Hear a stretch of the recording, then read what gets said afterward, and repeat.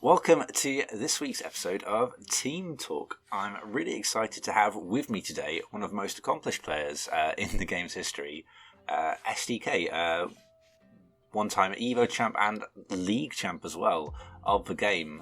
So currently the reigning champ in terms of just flat-out accomplishments. Really happy to have him on. Hi SDK, how's it going? What's good? Thanks for having me. Yeah, pleasure to have you on. Yeah, man, I'm glad to be here. Looking forward to having a fun chat about team building with you. I'm sure you've got plenty of opinions, which I'm happy to get into. Oh yeah, I'd say that's a certain thing. However, I think it's going to be kind of interesting because we do have that weird voice delay because I am West Coast and you are Europe, right? Not Europe. Yeah. You're UK. I'm UK, yeah. Yeah, so it's delay-based netcode in terms of voice talk still, so no rollback. Have to do it all in post. But yeah, how long you've obviously been a veteran of the scene for as long as I can remember. How long have you actually been playing the game? I started playing maybe a month after the game came out, or maybe a couple weeks. I can't remember at the time, to be honest. Yeah. Okay. So what got you into the game? I saw early rumblings of the game, and I thought, wow, this looks really bad. I don't think I'll ever play this game ever. I've never been more wrong about something in my life. Oh, brilliant. I don't know. It's more than probably 10,000 hours later. Here I am. But I saw Justin Wong was playing it. I saw Shady K was part of it, and Clockwork was one of the main developers on it. So I was like, whoa, is this game actually real? And then turns out the game was godlike. So I started playing it, and I never turned back since. Glad to hear it. Obviously, it's gone very well for you. I'd say so for sure. Yeah. What was your sort of fighting game background before coming into the game? I mean, I was a Marvel player, Marvel 3 player. But before that, I mean, I always had a passing appreciation for fighting games.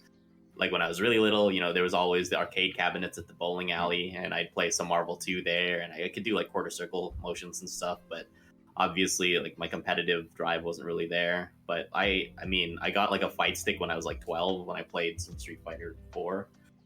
But I didn't really understand, or I didn't get really competitive until Marvel 3. And then once that kind of died down, not died, but just slightly died down, there were other games that I started branching out into, played some MVCI.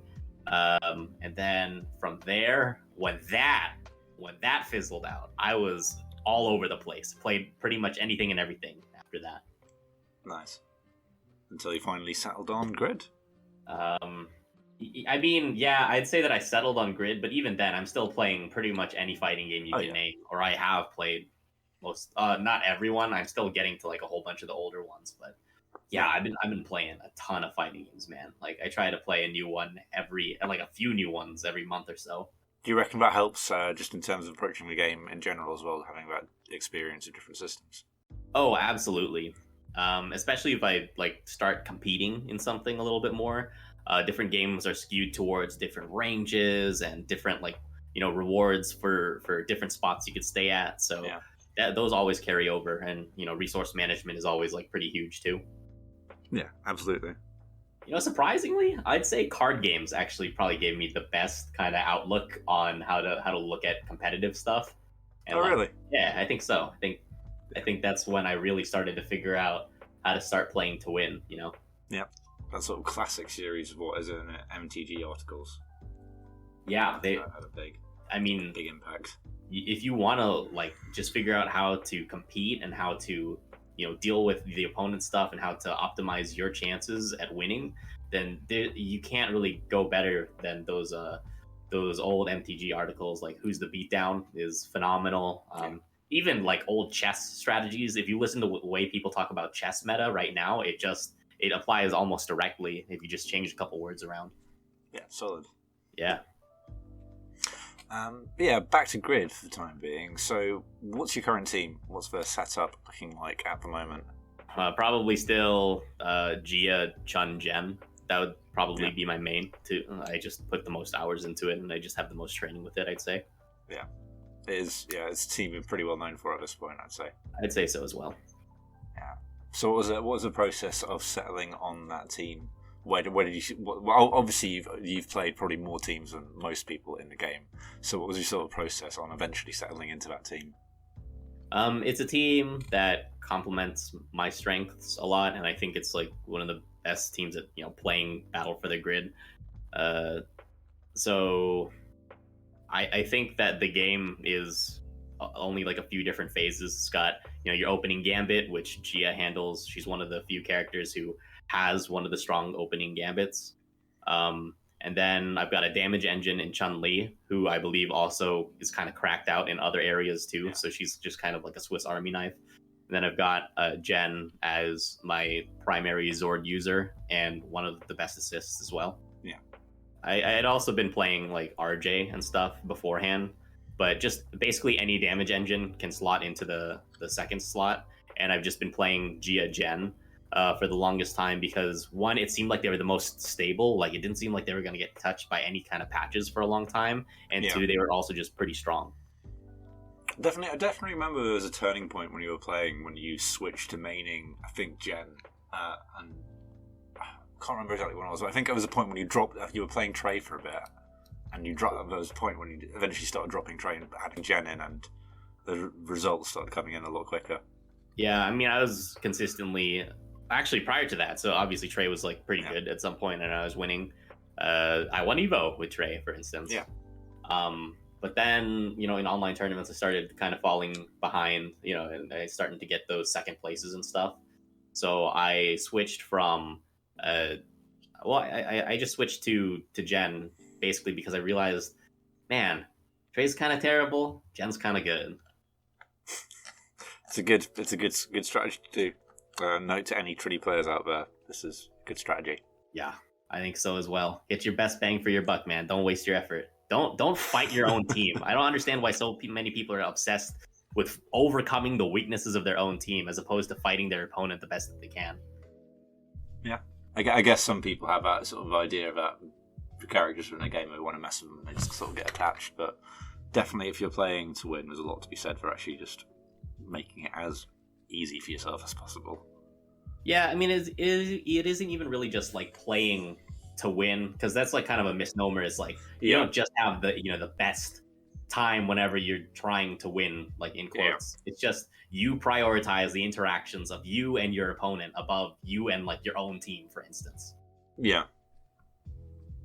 So you're saying you were saying with you've obviously got very specific roles assigned to each of your team. You've got the round start, damage engine,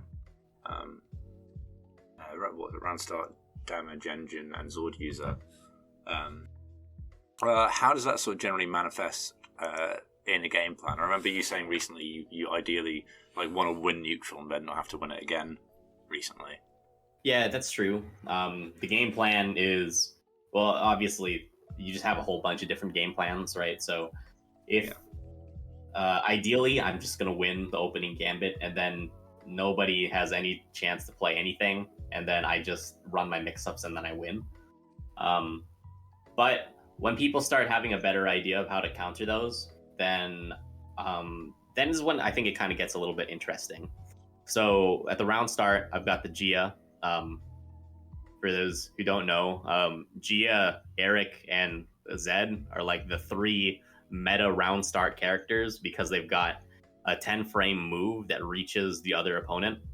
And it's unique to those three characters. So you have to design your characters around those three. So Adam has been a breakout star in this regard because he actually kind of counters them. He can like either backdash or he can just go over them. So now he's part of like the meta as well too, and you can see some Chun every now and then.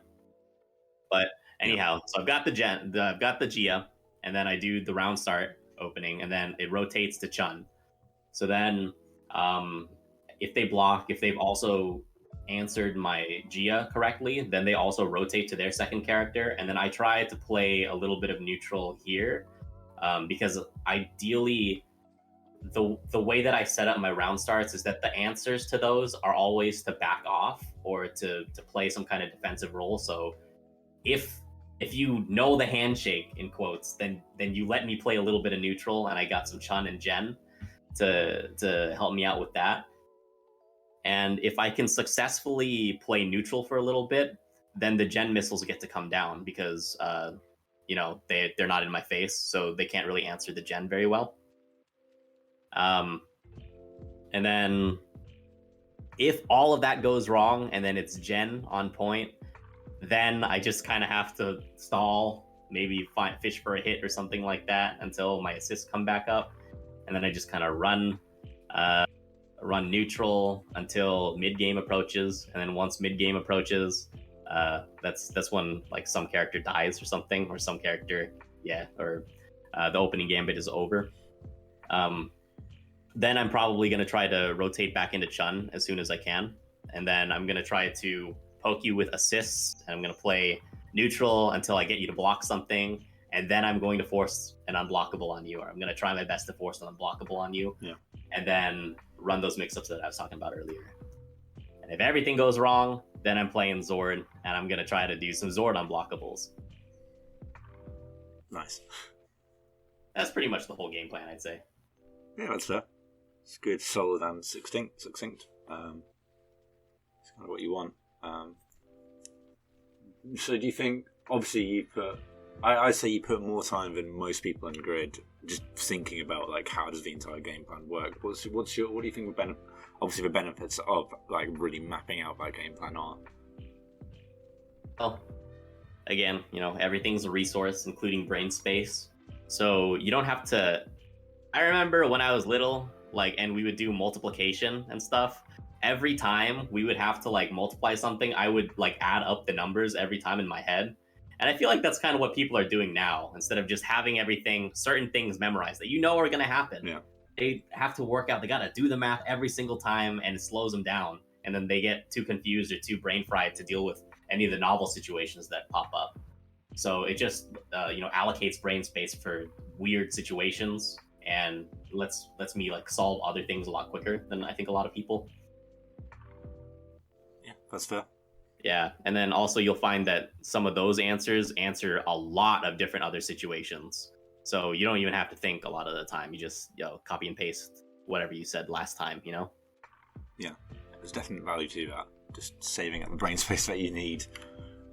Because especially in sort of longer sets, or if you're in a tournament or anything, for example, you're gonna get more worn down as it goes on, and being able just to save that up. Did you know that the working memory, the average working memory in a person is only around 7 plus or minus 2 things?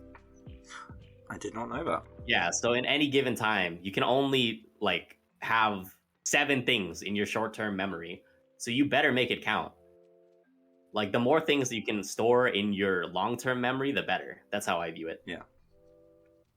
So in the process of building, so you kind of built up to sort of obviously you've been playing Geogen for a while, and added Chun into the mix. How did you sort of approach finding kind of synergies? Did you come across any interesting ones as you kind of went into matches and just learned as you played, or did you kind of learn some interesting ones through labbing and what have you? Yeah, it's pretty much all through labbing, but it all comes from just the idea of neutral, mix-ups, and damage being the only 3 things that kind of matter in fighting games, Okay. So if my character's in neutral, how can I get to mix-ups? If my character's in mix-ups, how can I get to that combo stage? And then when I'm in the combo stage, how can I damage you enough to kill? And it really eliminates a whole bunch of the other options to look for, so it just makes the synergies pop out instantly, Yeah, definitely. But in terms of were you asking about other synergies that I discovered? Yeah, so do you do you have any examples of the synergies you came up with or found out with your team specifically as you sort of built it? Because obviously people find different things as they build their teams, and it's good to have those sort of examples there. Show how things can kind of work together with your team building. Yeah, I think Gia is the character you kind of have to start with, because she's kind of picky about things. So 5S unblockable is really important, but in order to get the 5S unblockable, you need 1, a character who can OTG off of the wall bounce situation, and 2, some way to fill the gap between the first hit and the second S, and the second hit of the 5S. And Chun has a really good thing because she has her slide, right? Her slide naturally negates push block, so you can dash, 2L and then 2M. And the 2M will naturally counter any kind of push block, and you get the unblockable almost frame perfect every time. Ah, fun. So it's a situation in which you need to kind of like have an instant Zord counter reaction if you have that situation. If you can even react, because I try to make it so that it's really hard to Zord cancel, or if I was good at the game, I could.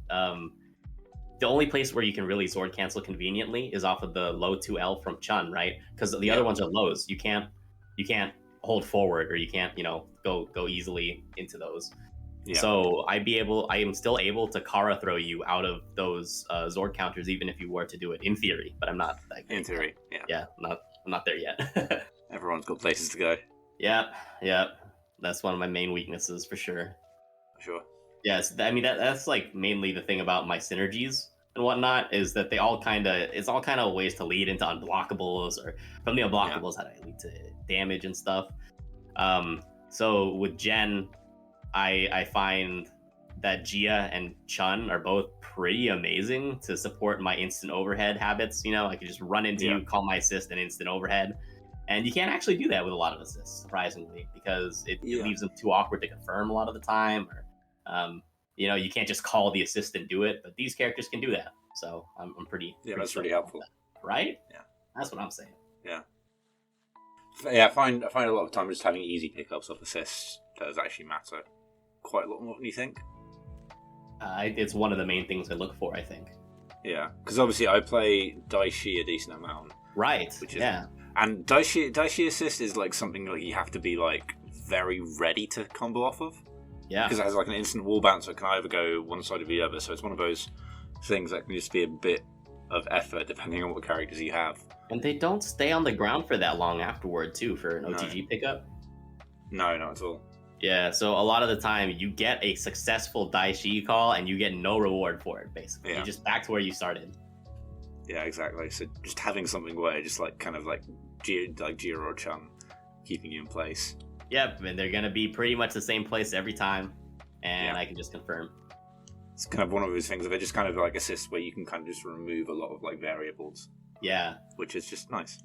Yeah. Oh, the other thing was the Gia and Jen. Obviously, they're like the main synergistic duo. So I was talking about like you do a jab reset and then you do 2L, so you can't. So it's very hard for them to Zord counter for it, and then you tag into Jen, and the way that she fills the gap is with 3 lows. She does 2L and then 2M, and then all of that is low. So it's really hard to like adjust your stick to get the Zord counter out. So most of the time I don't even have to even worry about the Zord counter in that situation. Yeah. That's pretty great. Yeah, I think those are the main kind of synergies that other people don't have. Yeah. And yeah, it's interesting watching people pick up those sort of neutral and blockable situations, because obviously I play Grembakor a lot, and he's another player who's getting very scary of just putting you in situations where you're just forced to neutral and block. Well, the thing about neutral unblocks is neutral was over. Neutral was over the second you were in that range to get neutral unblock. Yeah, that is true. Yeah, like congrats, you lost neutral. It just so happens that Gia's advantage range is pretty big. A little bit bigger than most. Yeah, exactly. But yeah, speaking of all these various strengths and what have you, is all very good. But do you think, like, obviously, Chun, Gia, Jen is a ridiculously good team. It's just like 3 of the best characters in grid, like synergizing incredibly well. But do you think the team has any sort of obvious sort of weak spots that could be worked on, or that you need to kind of be aware of? There's definitely quite a few weak spots. Obviously, Jen, her damage, actually, Gia. I should start with Gia. Her damage is like never gonna kill, really. Yeah. So I always have to go for some kind of reset with her. And if I don't have any assists, then I don't even get unblockable resets. So I have to have like some part of my brain always ready to go for like the, same side, cross up, high low, that kind of thing.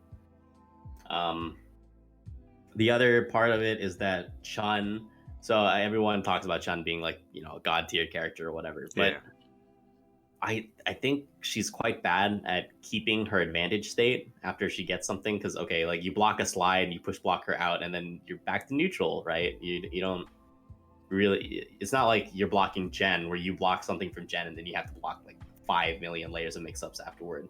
With Chun, you push her out and you're probably back to neutral.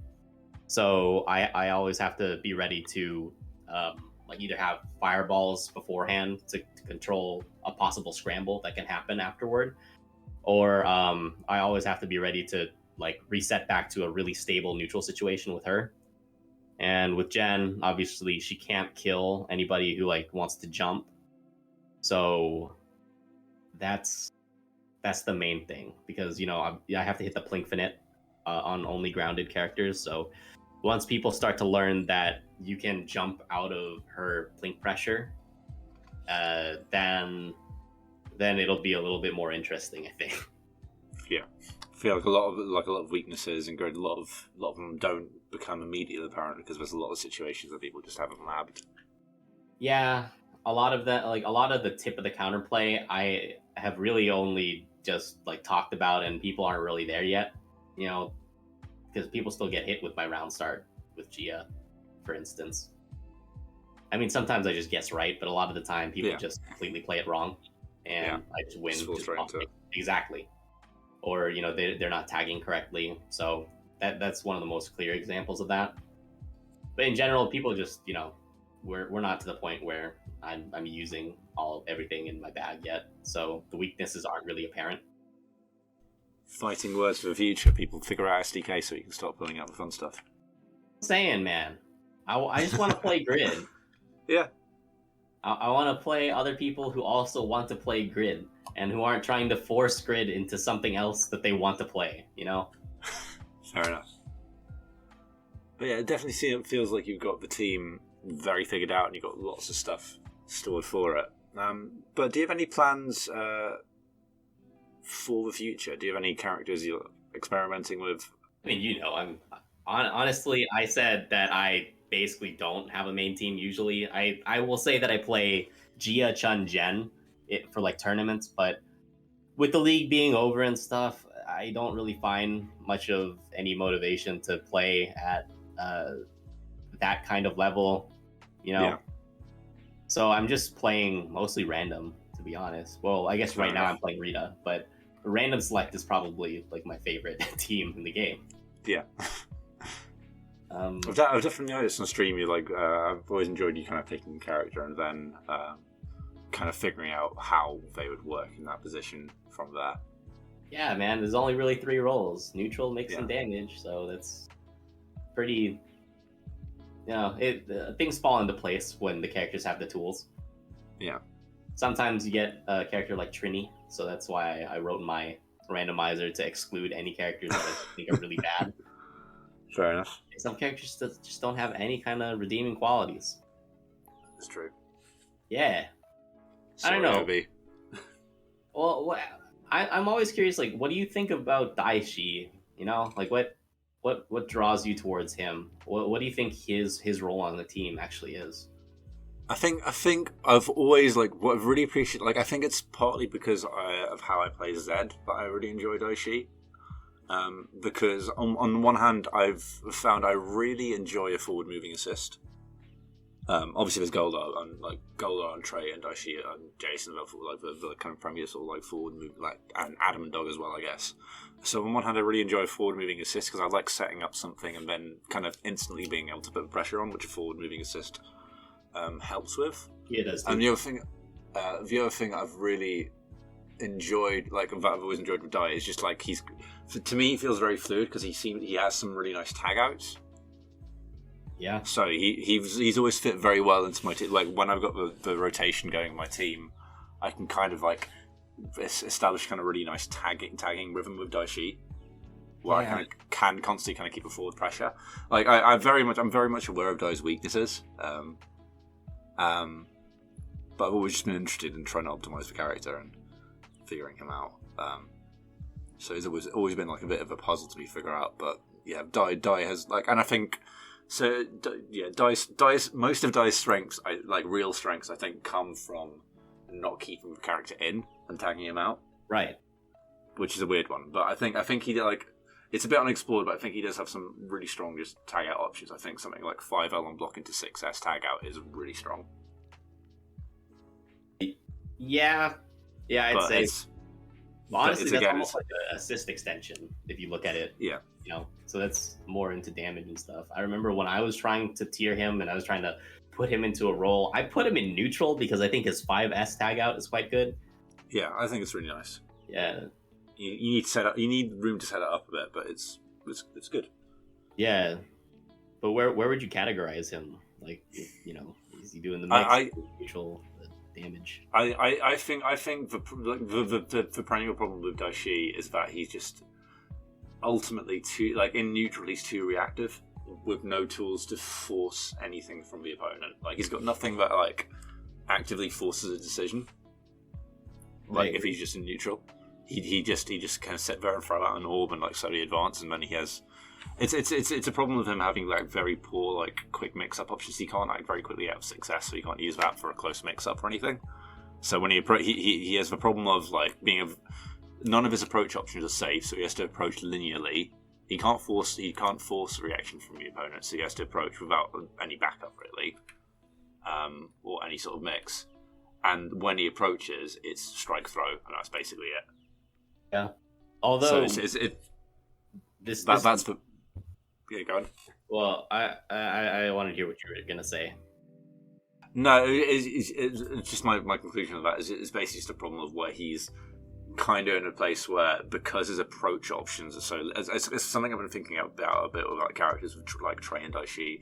Is they've got and Jason as well a little bit actually. Their approach options are limited, so their approach options are limited, so they have to like. So their approach options are limited. So they have to approach linearly, and even when they approach linearly, they don't really get an option to mix up. Is the thing. They're like up close pressure doesn't compensate for their struggle approaching essentially. Right. I know you're talking about him potentially being a damage engine though. Like, does that have you ever gotten him to fill that role? Like, are you consistent in like if you could tag the Daishi even outside of Orb Infinite, even could you kill? It depends on like the damage on who you're running, but I think potentially yes. I've not that's something I've not like explored as much as I'd like to. I think it's there, because he has that. He uses up a lot of, depending on the characters you're running, he uses up a lot in his ideal like damage combos. He uses up like a lot of states that you don't usually use. So like if you have a launcher and a reverse launcher left after. When you tag into him, you can just freestand and do his like normal ender, which builds basically a full bar of meter for him. That's pretty good.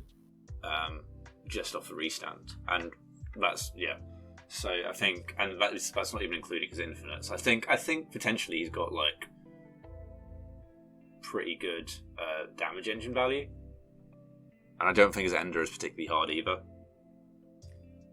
But it's just again, it's just a little weird because the weird thing with like tagging into Dai is you have to like really be on the ball getting an OTG pickup with him, because there's only real OTG option is slide or 6SL, which you need to like quickly go into. So it's not like Eric where you can just like immediately OTG. You have to go tag in and then slide, so you have to be like pretty like on the ball with it, I find. Yeah, so you either that or you just have to like tag out like LMH tag Daishi.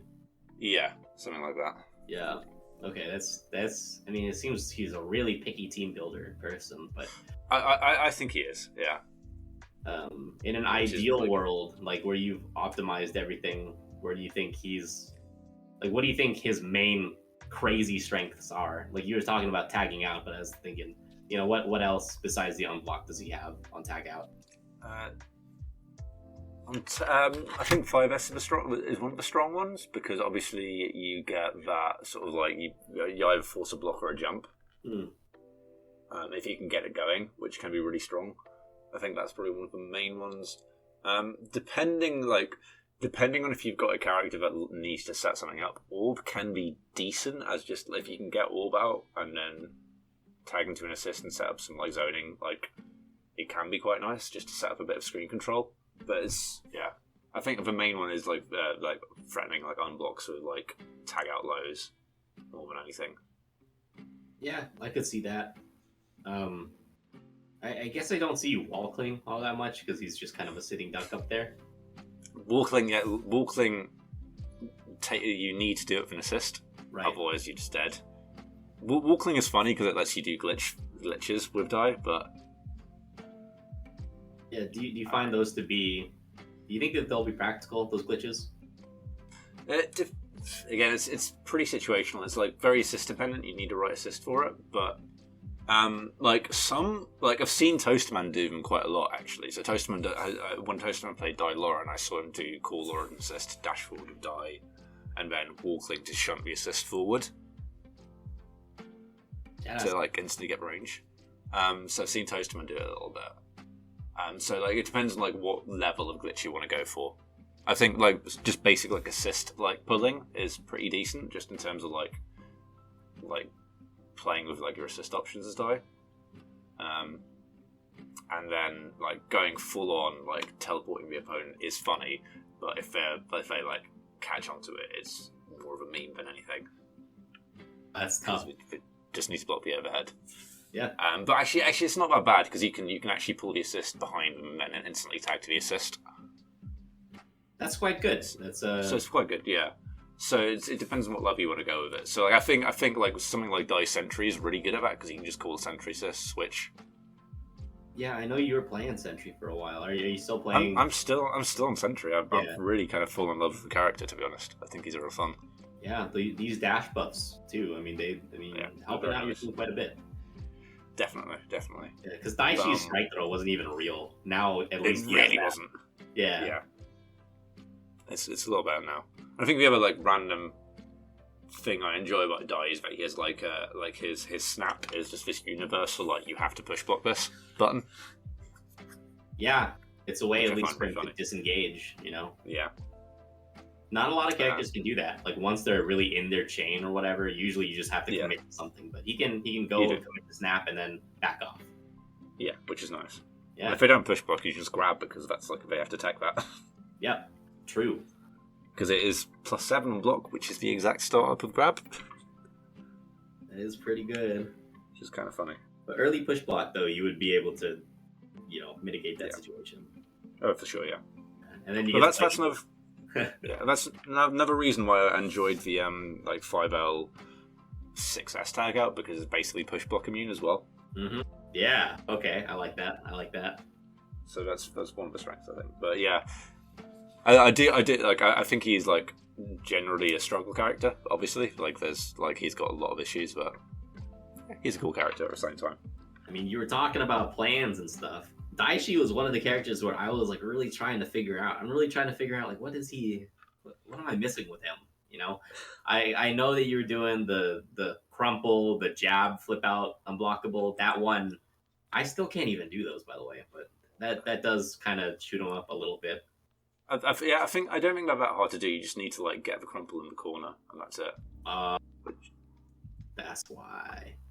Yeah, doing it mid screen isn't going to really do it because it doesn't really do it because I think the 6S is just a bit weird. But if you get them in the corner, which Dai does for free, his corner carry is so easy. Right. Even if you don't do stumps, it's super easy. You just do launcher into orb, dash back 5S L, and that should keep 5S L 5S, and that keeps them in the corner for crumple, and you just tag to do success, tagging to assist and jab reset into an overhead. That's quite good. I didn't even know about that setup. It's really simple. It's a really simple setup, I find. It's even more free if you got 2 launchers because then you can just like don't need to worry about the dash back. I gotta try that one out then. But I think we've gotten to a good point. Do you reckon you have anything else to add about team building or anything you think that we missed, or that you'd like to talk about a bit more? Really just building around the concept of neutral, mix, and damage, and just having everybody like fill at least one of those roles. And I really stress at least, because ideally they should be filling more than just 1 or 2. Yeah. And, ideally, even your characters might even excel in all three categories, Yeah. But, other than filling those roles, I think it's just about, playing to your style and building towards what your style is. And I think if you can satisfy those two conditions, you're going to have a pretty good time. Yeah. Sounds good. Yeah. Well, thanks very much for coming on. Where can people find you if they're looking for you online? You can find me at skillzdatkillz6, skillzdatkillz, that's SDK, that's where that's from, on Twitter. You can also see me at the same tag on Twitch, so that's also twitch.tv/skillzdatkillz. I've been kind of on a hiatus, but someday I'll be back. And as long as there's not really competition going on, I'm probably gonna try to focus on being a content creator going forward for this game. So look out for my YouTube as well. That's just skillzdatkillz, I believe. Yep. Yeah. Great. Looking forward to more content from you. Yeah, thanks. Oh, also, if this goes out before the URC Awards, definitely vote for my plate. Yeah. Thanksgiving plate. There you go. Vote for SDK. That's what I'm saying. Don't worry about Player of the Year. Just Thanksgiving plate. Who cares about Player of the Year, dude? I can win Plate of the Year with cheese on an apple pie. That wasn't even mine. It was off of Google Images. Let's promote the cheating. It wasn't even my plate, man. Promote the cheese and apple. Cheese and apple pie is actually kind of goated. So. Oh my god, you're the first person I've ever heard actually say that. Oh, it's so nice. Whoa. I'm down for a bit of cheese with apple pie. Okay, hold on. So this is a revelation to me. I always read it as something in the southern U.S. that people did that. It's a northern UK thing, I think. A northern introduced UK. It. You're eating cheese on pie? Yeah. Man, I need to see the pics. I don't believe it. When I next have apple pie, I'll send you a pic. Yes. Also, I'm reachable on Discord, obviously. So be in the Discord. Tune in for Technically Footsie's proving that cheese on pie is real. And yeah, that's pretty much where I am. Bro, and well, thanks so much for coming on and sharing your thoughts with us. Thanks so much for having me again. It has been a pleasure. And for everyone listening, it's probably the last one of the year, given that it's approaching 2020 very quickly. Looking forward to seeing what we get up to in the new year in terms of what Grid has coming and in terms of what we got with Team Talk. So keep your ears tuned, for what's to come, and we'll see you in the new year. Take care, everyone.